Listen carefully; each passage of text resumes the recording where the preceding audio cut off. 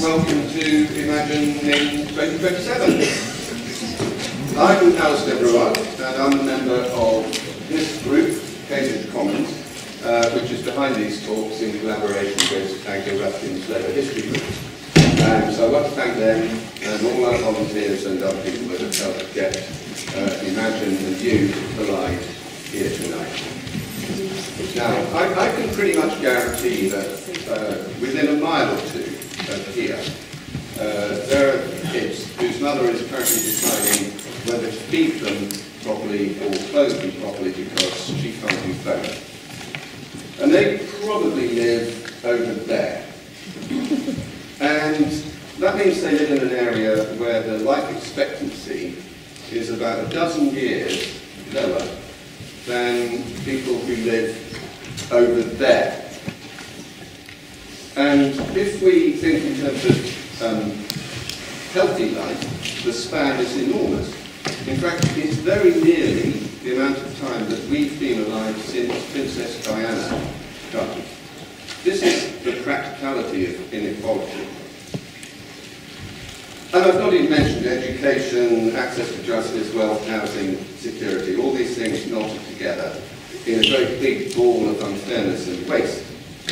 Cambridge is one of the most unequal cities in this country, and it's our city. And with all the talent, energy, money, goodwill we have in this place, surely we can fix this, because more equality makes life better for everyone. Now, as Ai Weiwei said, a small act is worth a million dollars. And the Cambridge Commons exists to highlight and reduce inequality right here.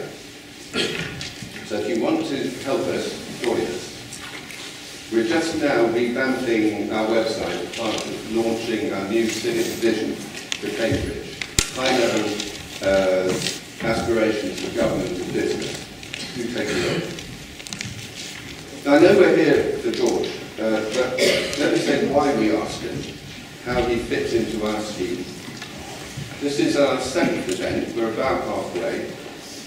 Most talks tackle one aspect of inequality. So we had Michael Marmot on health, Faisal Shaheen is coming in 2 weeks' time on class and social mobility, and later we do tax, affordable housing, and the impact of technology.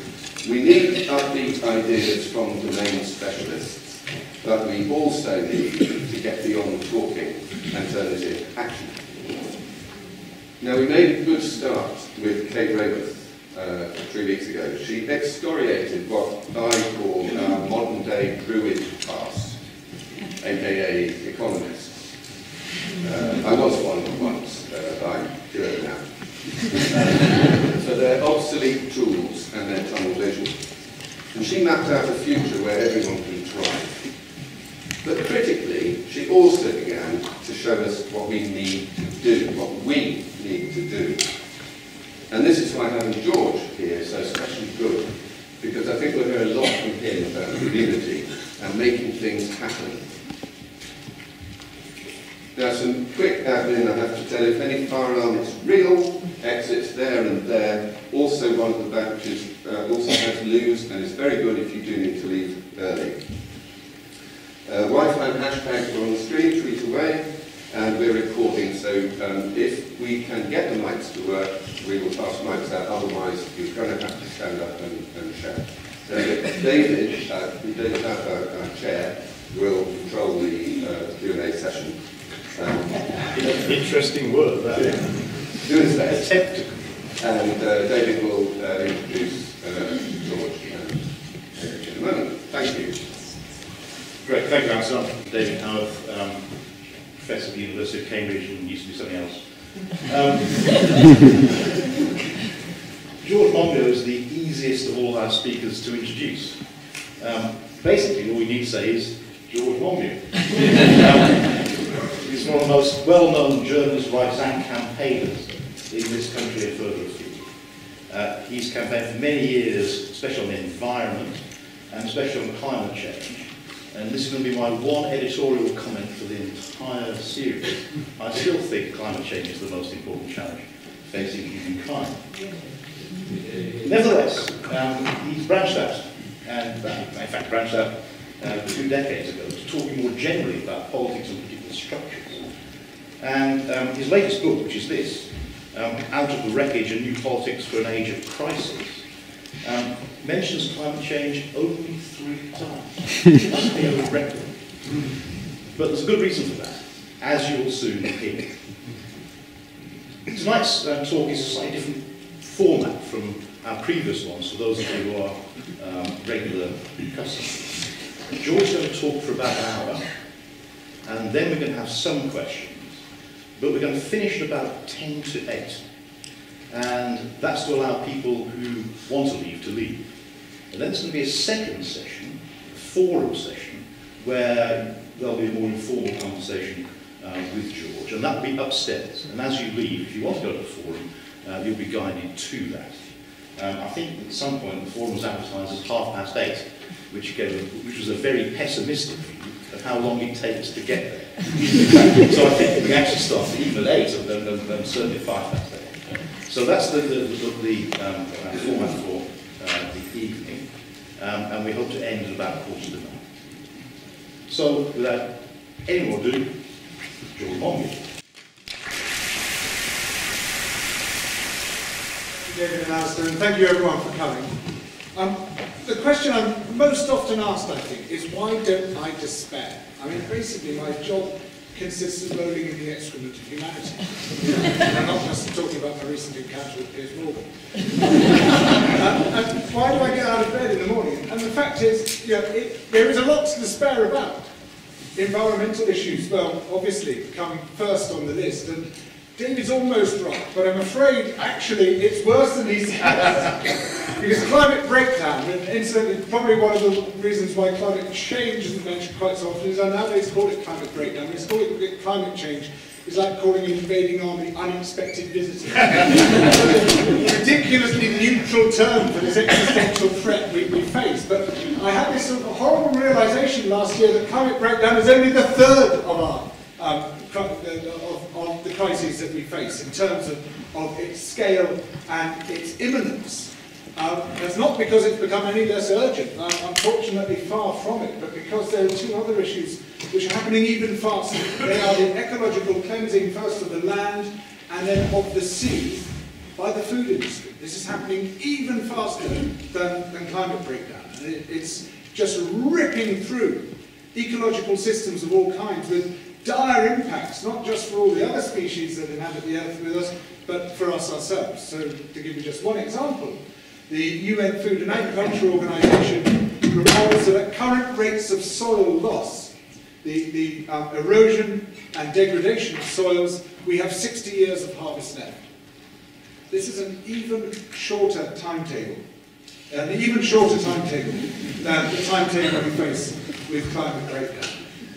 So yeah, plenty to despair about there. Plenty to despair about in the economic sphere, where we see no current break at all on this wheel of fortune, the way in which people use their wealth and money to acquire more wealth and money by extracting it from society in the form of economic rent. Now, there's lots of different definitions of economic rent, but I see it as charging excessive fees for the use of non-reproducible resources over which you have exclusive control. A good example is train tickets. How many people here think that we pay a fair price for train tickets? But basically they've got us over a barrel because it's a non-reproducible resource over which the train companies have exclusive control. And this is a process that, unless there's political intervention, is effectively unstoppable. You just gain and gain and gain until a very tiny number of people effectively capture the entire production of society, and then total chaos and disruption results, as we saw with the Great Depression. And, that's the way in which we're heading, unless we see forces of political intervention, basically in this country, unless Labour get in, which can actually do something about that in terms of taxes set at a level required to actually break the cycle of patrimonial wealth accumulation, which is really, which is the undiscussed purpose of tax. Economists look back to the 98% top rate of income tax we had a few decades ago in this country and say, well, that's completely irrational. The Laffer curve shows that revenue cuts out above 70%. So it's just completely crazy. Yeah, sure, if you're only trying to raise revenue, but if you're trying to break the power of patrimonial capital to prevent that accumulation sucking the wealth out of society, that's where you need to set your top rates of tax. That's what it's for. That's the other purpose of high top rates of tax. But that's not happening at the moment. So they're just getting more and more, and that turns into more and more political power, because especially in a system like ours, where there's no limit on the amount that one person can donate to a political party, you can effectively buy political results. And it's not necessarily the good guys who are buying the results. In fact, we suffer from something I call the pollution paradox. And the pollution paradox goes like this, which is that the dirtiest operators, and I'm not just talking about environmental operators, whether it's in finance, whether it's in any of the nefarious things that people get up to, tax avoidance and the rest of it, the dirtiest operators are the ones who have the greatest interest in subverting democracy, because democracy would not allow them to operate if the people had their say. You know, we would not allow the soil to be stripped off the land if we had anything to do with it, but we don't have anything to do with it because they buy the political results that they want. So they have the greatest incentive to put money into politics. Therefore, politics comes to be dominated by the dirtiest operators. This is a pollution paradox, and this is a major problem that we suffer from. But it's by no means the only problem, because politics basically has been deemed to be almost illegitimate. Neoliberalism, which is a doctrine that says that society should be considered effectively as a business, and our relationship between ourselves should be transactional, and its purpose, the purpose of human relations, should be to discover a hierarchy of winners and losers. The winners, we know who they are because they've got the money, and therefore they're virtuous, because they are the people who, through the process of economic natural selection, are supposed to get to the top. And the losers, well, we know that they are the undeserving because they're the ones without money, and they're supposed to lose. And anything that interferes in that process of the discovery of the natural winners and losers under this neoliberal doctrine, I'm talking about the politics developed by Friedrich Hayek and Ludwig von Mises, Milton Friedman and others, anything which interferes in that, such as tax, such as regulation, such as trade unions, must be either suppressed or stamped out, because it prevents this the natural process from taking place. And that extends effectively to politics itself. Politics itself effectively becomes illegitimate. Any politics which tries to alter social outcomes, which tries to redistribute wealth, which tries to ensure that the poor don't fall into the gutter, that politics is deemed illegitimate, which is effectively a way of saying there should be no politics. The civic realm should not exist, because decision-making should take place within the economic realm. And of course, when it takes place within the economic realm, guess what happens? Those with the money are the ones with the power. It's not $1, one vote. Well, it might be $1, one vote, but some people have more dollars than others. And as a result, politics then becomes irrelevant to the great majority of people, because it can't actually address their issues. It can't address the problems that they face. So it becomes perceived as a yabber of a remote elite way above their heads.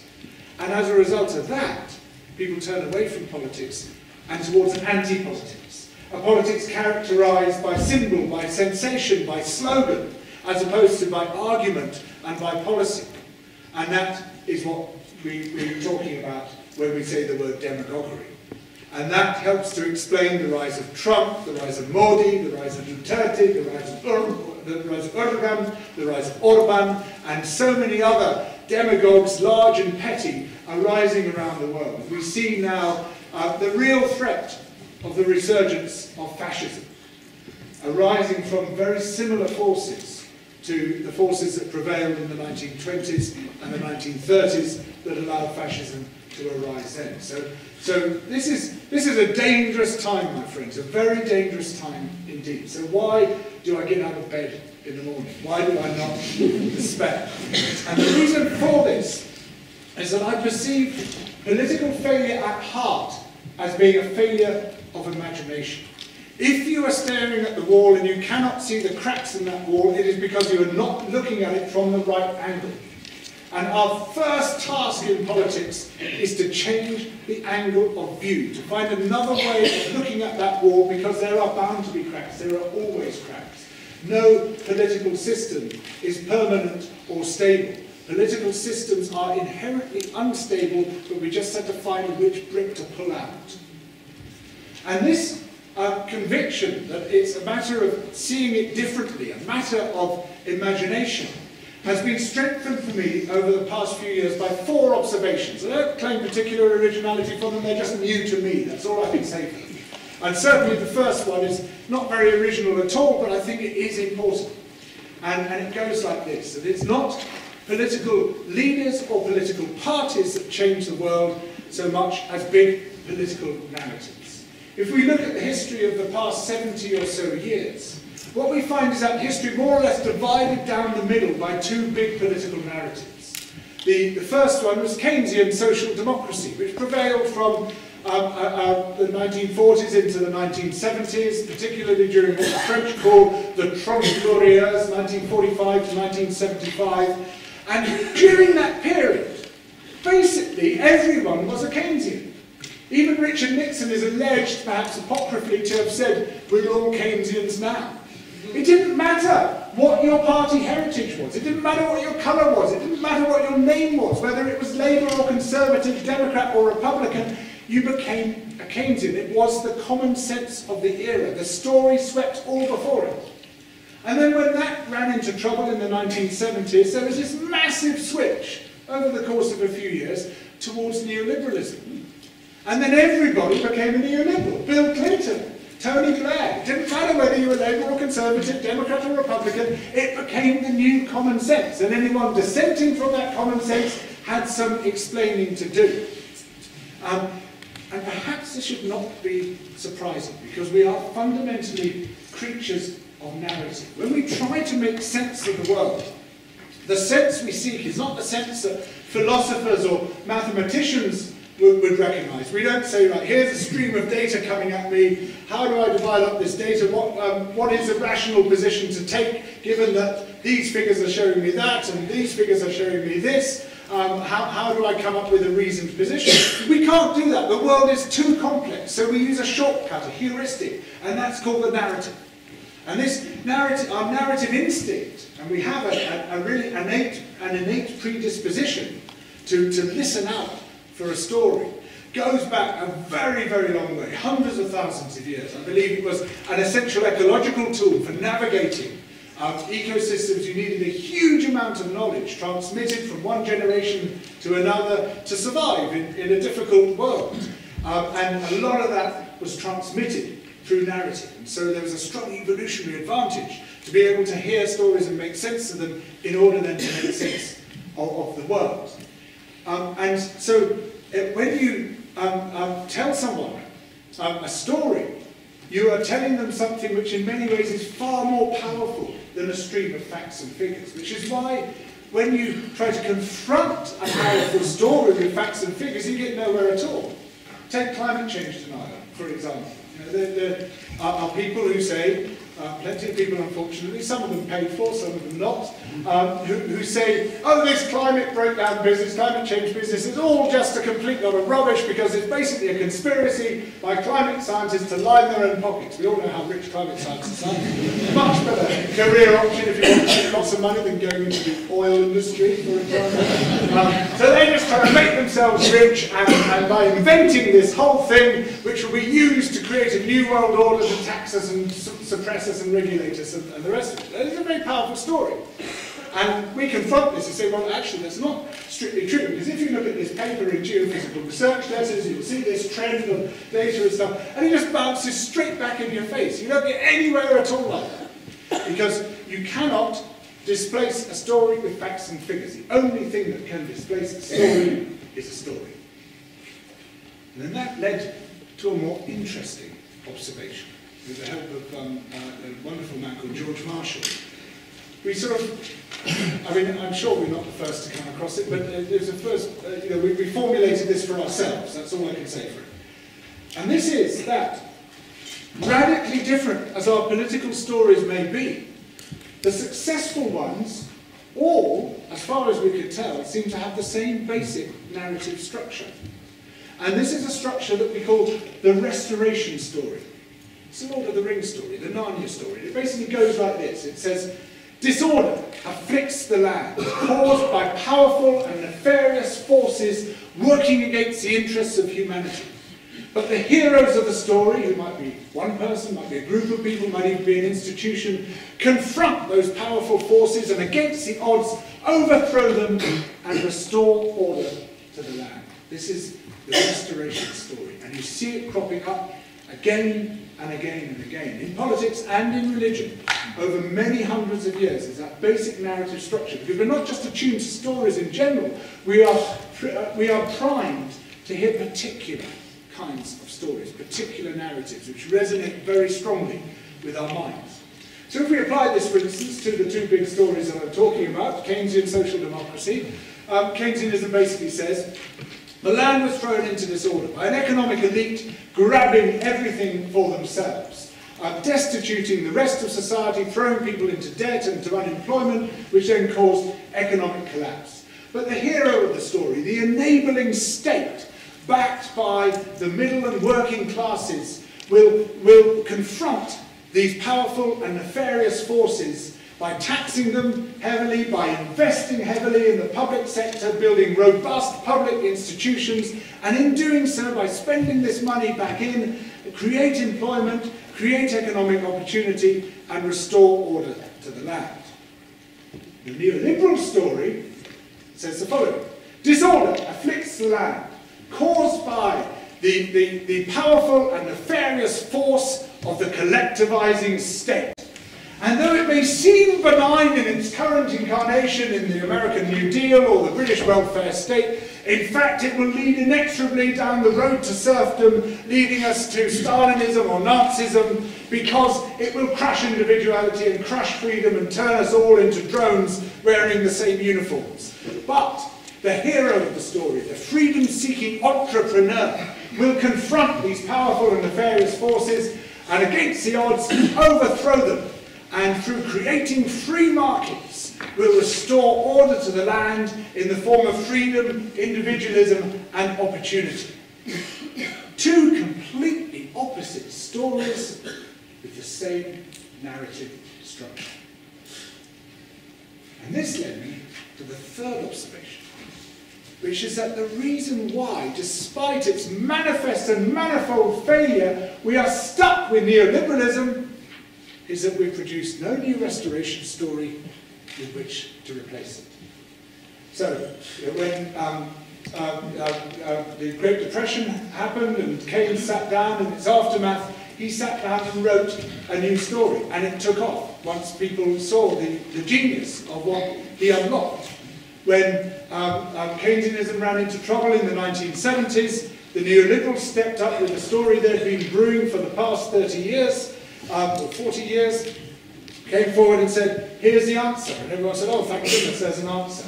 Neoliberalism falls apart, spectacularly implodes in 2008. And we stepped forward with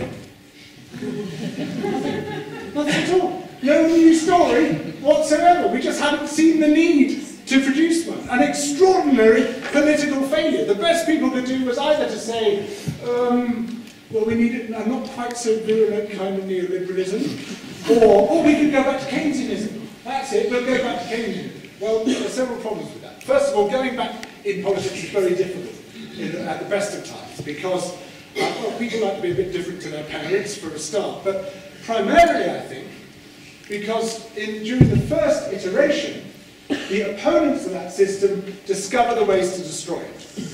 And during the Keynesian era, international finance discovered very successfully how to vitiate Keynesian economics, basically by pulling down capital controls, by destroying fixed foreign exchange rates, and by stifling the idea of creating a balanced global trading system of the kind that Keynes proposed for the International Clearing Union. And what they've ensured is that if you try to do it within your national borders, without those conditions which Keynes saw as essential to the workings of his system, you're just constantly undermined by leakage. So for instance, when the Blair government came up with its wheeze of a scrappage scheme, so you could trade in your old banger, you get paid £2,000 and you could buy a new car, when this was going to stimulate the economy. It did stimulate the economy in Germany and Japan, because 85% of our cars are imported.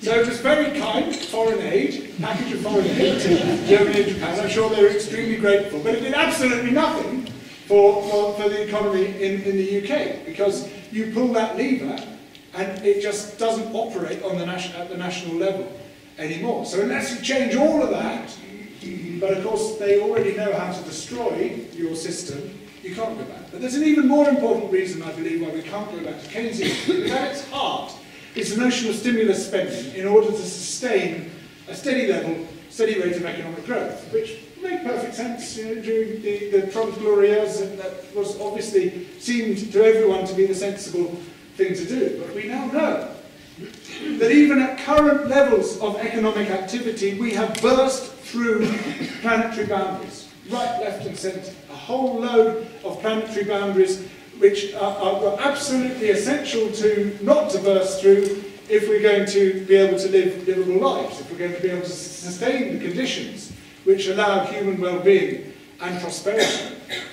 And the idea that even having started to break through those planetary boundaries, we want to keep growing, well, that'd be fine if the planet itself was growing, but it ain't. The planet is a fixed entity, and if economic activity continues to grow within it, we go even further and further through those planetary boundaries. At 3% growth rates, you're talking a doubling period of 24 years. Then, another doubling in a further 24 years, that's 4 times. Then another doubling, 8 times, 16 times current levels of economic growth are just 4 iterations, 16 times. None of it makes sense. It's complete madness. You can't do it. You cannot have a growth-based system anymore. It just does not work because of environmental constraints, because, well, it's even simpler, material constraints, because we only live on one planet and we ain't got another one. So you can't go back. We have somehow to create a new story, a new restoration story, which basically follows that pattern. A story based on fact, because there's no point in basing it on fairy tales. A story which tells us who we are, where we are, how we got to where we are, and how we get out of it, how we get to a better place. A story which lights a path to a better world. And this sounds like a pretty tall order, but I believe there is such a story waiting to be told. And very briefly, to begin with, it goes like this. The land's been thrown into disorder by the powerful and nefarious forces of neoliberal billionaires, their pet politicians, think tanks, and journalists, who have basically torn us apart, undermined our well-being and prosperity, destroyed our political and economic systems in order to serve themselves. But we, the heroes of the story, will confront these powerful and nefarious forces by creating a politics of belonging, a politics rooted in the rediscovery and rebuilding of human communities, geographical communities, from which power will then rebuild. And in doing so, we will restore political control and economic control and bring back order to the land.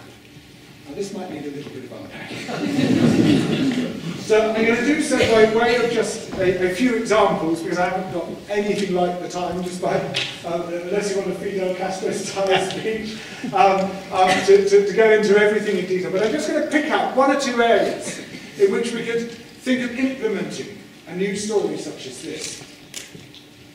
And I talk about geographical communities because while I think online communities and communities of interest around the world are very important, actually we have a fundamental need for belonging. There's some very interesting work done about this, showing that the human need for belonging is absolutely one of our deep, deep needs. And we've had a tendency to neglect that need, not to understand it.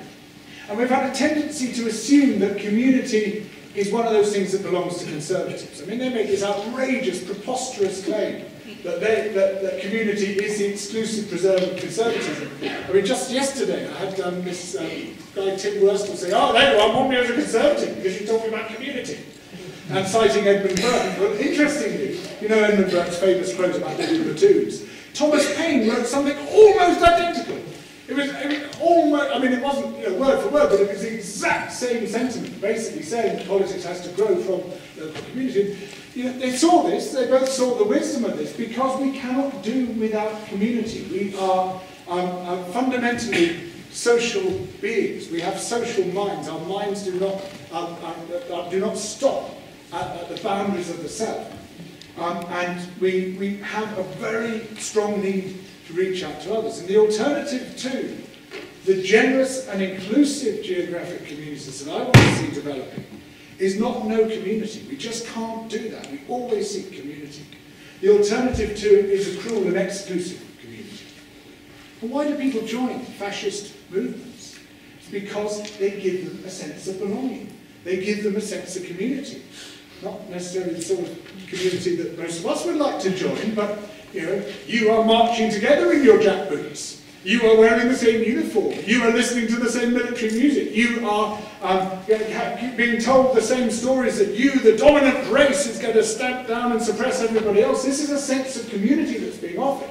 And as Hannah Arendt pointed out, it's from the dust and powder of atomized communities that fascism arises, because people are seeking something which makes sense of their lives, a sense of belonging, a sense of meaning, a sense of purpose, and that it can give. And so the notion of creating functioning communities is not some ornament, some nice game to play with. I think it's an absolutely essential political survival strategy if we're not to have some very different communities developing instead. And there's now a science of how to do this. Summarised wonderfully in this report published, surprisingly perhaps, by Lambeth Borough Council, this massive 400-page report, looking around the world at how you get a generous, inclusive and powerful, politically powerful community developing. And it goes into great detail and I can't go into that, but there's a couple of things to pull out. One of them is you need a big mix of activities, to create what they call a participatory culture, where you basically create a community through doing. And so you quite deliberately seed certain community activities. And some of those can be quite complicated and require high commitment, but a lot of them have to be low threshold, low commitment, so that anyone, regardless of their socioeconomic status, feels they can dip into it, join, dip out if they want to, without having to make a great commitment of time, let alone of money or anything like that. So a very good example is the thing launched by the Eden Project called the Big Lunch. 18 million people in Britain did it last year. You close off your street or you find a community space and you put tables out and you all eat together. Anyone know the etymology of the word companion? Companions. With bread, in other words. It's absolutely fundamental to our sense of fellowship, is the notion of eating together. So very simple things you start off with like that. Shared childcare, shared bulk buying, for instance. Very, very easy things to get into. And then you gradually, as a community organiser, you start to bring together these strands of participatory engagement into what's called thick networking. A very good example of where this has happened is in the city of Rotterdam. Post-industrial, dock city, a lot of big problems, highly divided communities, all sorts of big issues. In 2011, some people set up a one-week festival in a disused Turkish bathhouse. They called it the Lezal, the reading room. They had films and plays and bar and cafe and hangout areas and stuff you could read and computers to work on and stuff. And it was immensely popular. And people said, oh, well, let's keep this running. We love this. And so they kept it running and they said, oh, wait a minute, well, we need a creche, so let's set up a creche. And what about elderly people who can't get out of their homes to come and join? We need some reach out for them, so we need to set up an organisation for that. It has now spawned 1,300 community organisations. It has transformed the face of the city. The council now makes no decisions without first consulting community groups, and has basically brought them into the council to say, you obviously know how to do this stuff better than we do, so off you go. And Rotterdam has just been turned around about. But this is not enough. Creating thick networks, having this sort of sudden proliferation of the kind that you've seen there, is part of the issue, but it's not really a massive transfer of power. And to transfer political power to communities, we need to see a transfer of economic power. And what I'm talking about in this case is the commons. A lot of you will be scratching your head on hearing that term because of the extraordinary way in which this crucial sector has been neglected. You know, when you position yourself politically, you position yourself on the whole along a single axis, which state at one end, market at the other. And if you're on the left, you say you want more state and less market. If you're on the right, you say you want more market and less state. That's basically how we define ourselves. But there are not just two sectors to the economy. There are four principal sectors to the economy, and the others we just forget. One of them is the household. Crucial sector of the economy. In fact, no other part of the economy can function without the household. If children are not fed and watered, are they watered? and looked after and all the rest of it, they're not going to be functioning adults. They're not going to be able to survive in the workplace. And by neglecting the household, of course, we neglect the role of women, because it's still the case that most of the work in that sector of the economy is done by women. So that work is devalued. As Catherine Marcel points out in her lovely book, Who Cooked Adam Smith's Dinner? She points out actually that the great man, while he was writing The Wealth of Nations, lived in his mother's house. And she did all the cooking for him, all the cleaning, all the bed making, everything. Well, he just sat there scribbling away The Wealth of Nations, talking about how the economy functioned, completely ignoring the fact that there was an economy going on around him on which he was entirely dependent. The invisible hands of his mother.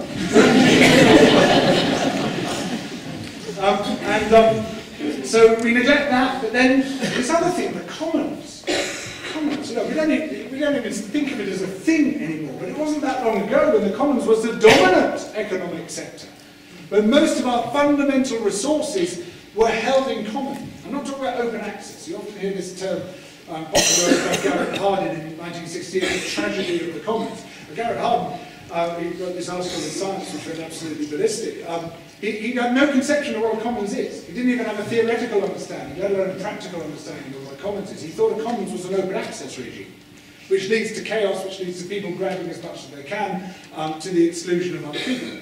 The streets are an open access regime because they are technically a state resource, but they're not really controlled or regulated by the state. You just put the biggest possible car you can out there, pumping out as much pollution as you want and occupy as much space as you can take.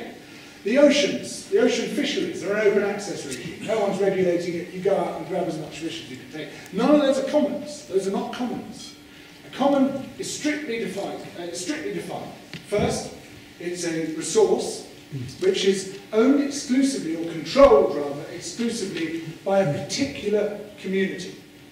And so that's the second element of it, the community. The community controls it on a shared and equal basis. Any product arising from that resource is shared among the community members on an equal basis. The resource is inalienable, it can't be sold, it can't be given away.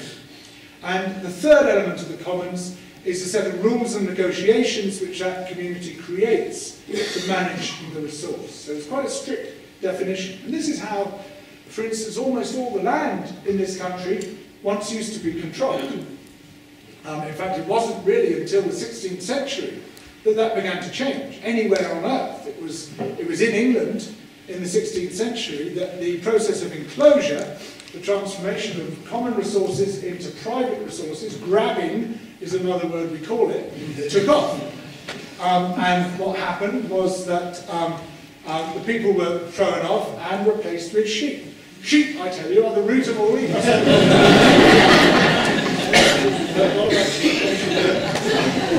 And what happened there was that you not only lost your land and the material basis of your survival, but you lost the social basis of your survival as well. You lost your community, you lost the waymarks of your life, you lost your ceremonial life, you lost your cultural life.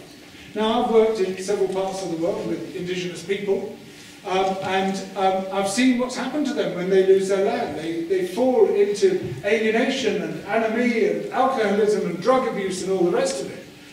And it wasn't until I'd been back in Britain for several years and started reading John Clare's poems that the penny dropped. Here was a man who, in his early adulthood, described this, with great beauty his surroundings, but also the community operating within those surroundings, all the different activities which went on. And then, in the middle of his adult life, the enclosures turned up and basically threw everyone off, put hedges round it, put up no trespassing signs, and he wrote these devastating poems like The Fallen Elm and the Moors and the Ballad of Sordidwell, which were just heartbreaking to read. And then he became an alcoholic, and he ended up in a lunatic asylum where he died. The same thing happened to him as it happened to the indigenous people I saw. And then I sort of realised, wait a minute, this has happened to all of us. We're all in that position. We've all lost our land, we've all lost our roots in the land, we've all lost that sense of belonging, which was absolutely fundamental to our well-being. We're surprised about our mental health crises, surprised about levels of alcoholism, drug abuse and the rest of it. This is something fundamental, I believe, has been taken from us. And it's also essential for economic democracy that we regain that foothold. So how can we do this? What's a practical way in which we could revive a commons in such a way that it actually makes a difference to our lives? So let's look at an issue which is absolutely fundamental, the issue of urban land. Now, Alison was talking about communities close to here with very much lower life expectancy and lower prospects than the rest of it. And part of the problem that people face in these situations all around the country is a lack of access to land. You say, whoa, wait a minute, what do you mean? Why do people need land? Because that's what the houses sit on. When you pay a phenomenal amount of money for a house, it's not because bricks and mortar are expensive. They're not.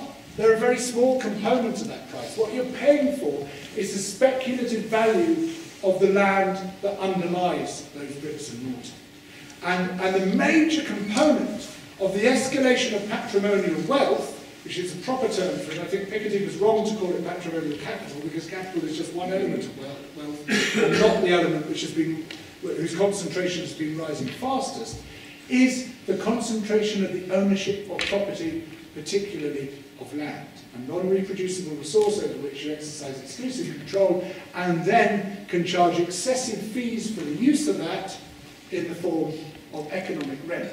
How many people here rent the place where they live? Keep your hands up if you pay more than 25% of your income for that rent. 30%? Keep your hand up. Anyone 40%? A few. This is why we need fundamental change, my friends. This is what I live in a housing association. Oh, well, good. But at 40%. And you still pay 40%. Well, there we are. This is when they talk about affordable housing, they're not talking about affordable housing. So here's an idea. It's just an idea to throw out there. Please take it, improve it, boot it out, do whatever you want with it. But here's an idea of how we create an urban commons. So first of all, we have to break the power of patrimonial wealth. We have to break that cycle of growing concentration of patrimonial wealth. And you do it by a similar means to what they did before, when we had 98% top rate of income tax. But in this case, because actually it's wealth rather than income which has become so massively concentrated, you aim specifically at that wealth, and I believe the appropriate means of doing so is land value tax. High rate of land value tax on the most valuable property, and it's very steeply tapered so that it's really the valuable property that you're aiming at. That does several things. First of all, it brings down the speculative value of land because you're not keeping all the money for yourself. A lot of money is going to the state.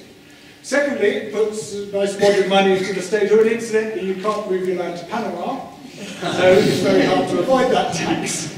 Another virtue of it. So it gives the state a load of money. So what does the state do with this money? Well, of course, obviously some of this should be spent on public services and the rest. But I believe that the residue should be distributed equally among communities in the UK. Communities would be encouraged to set up a community land trust to take that money. They would also be given what they have in Scotland, which is a community right to buy, and possibly even a community right to land assembly. So say you are an urban borough, and you and people around you have set up a community land trust and have taken receipt of quite a substantial, hopefully, wodge of money. And you look around and say, right, what are our fundamental needs? Oh yeah, affordable housing. And by that I mean affordable housing, not affordable housing.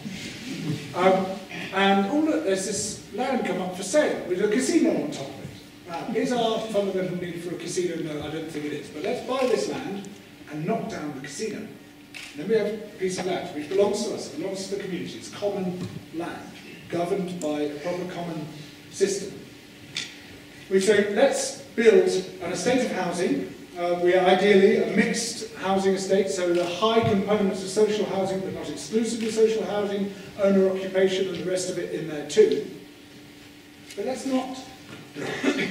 In other words, let's not build it ourselves. Let's go to people at the top of the social housing list, go to people who will put down a deposit to become owner occupiers on this and say, we're going to provide you with some professional advice, but you are going to design the estate. Not just your houses within the estate, but the estate itself. And what we find time and again is that when people design their own estates, their own developments, the quality is 10 times higher than when some volume house builder comes along, helicopters down their prefabricated design, which they do everywhere because it's safe and it sells, and they, there you go, take it or leave it. It's always shit. But when people do it for themselves, they produce something much, much better. But you do something else while that's going on, because those people are going to have to work together for a couple of years before they move in. You have a ready-made community moving into that estate. People who will know each other very well by now. They might hate each other, but they know each other very well. They've had to work together to make it work. They've had to work together. And then they move into the estate, you've created some housing, but they're still paying rent to the community land trust. Not nearly as much as they would have been, because the price of land has come right down.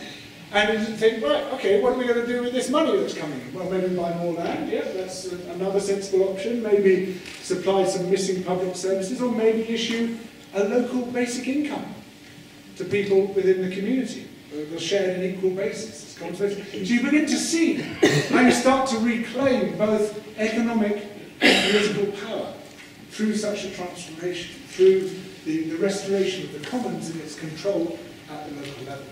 But obviously the local is not sufficient. It's necessary, but not sufficient transformation. Because everything you do at the local level can of course be opposed and undermined at the national or even the global level. And so there has to be a transformation there too. But again, I feel this is rooted in community, but a different kind of community, what we could call a political community. And I think one of the most hopeful things that has happened at any time in the past couple of decades is something that took place in the first half of 2016. Now you're scratching your heads, what possible hopeful thing took place in 2016? And it was, you're going to scratch your heads even more when I tell you what it was the Bernie Sanders campaign.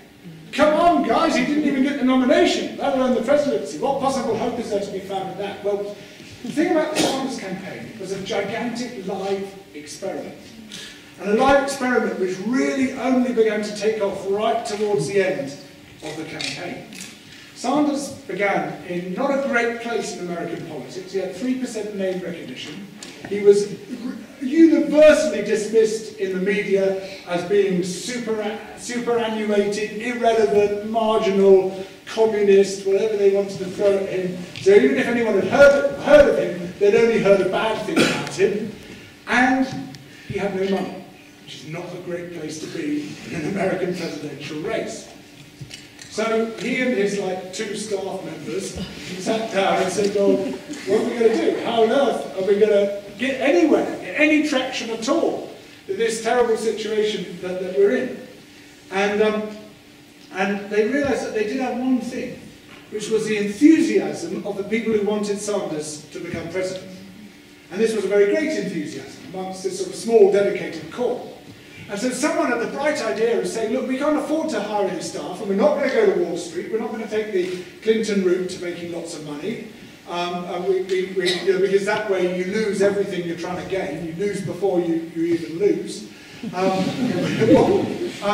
What if we, instead of getting a huge amount of money to pay lots of staff, gave to some of our supporters the jobs that we would normally give to staffers as volunteers.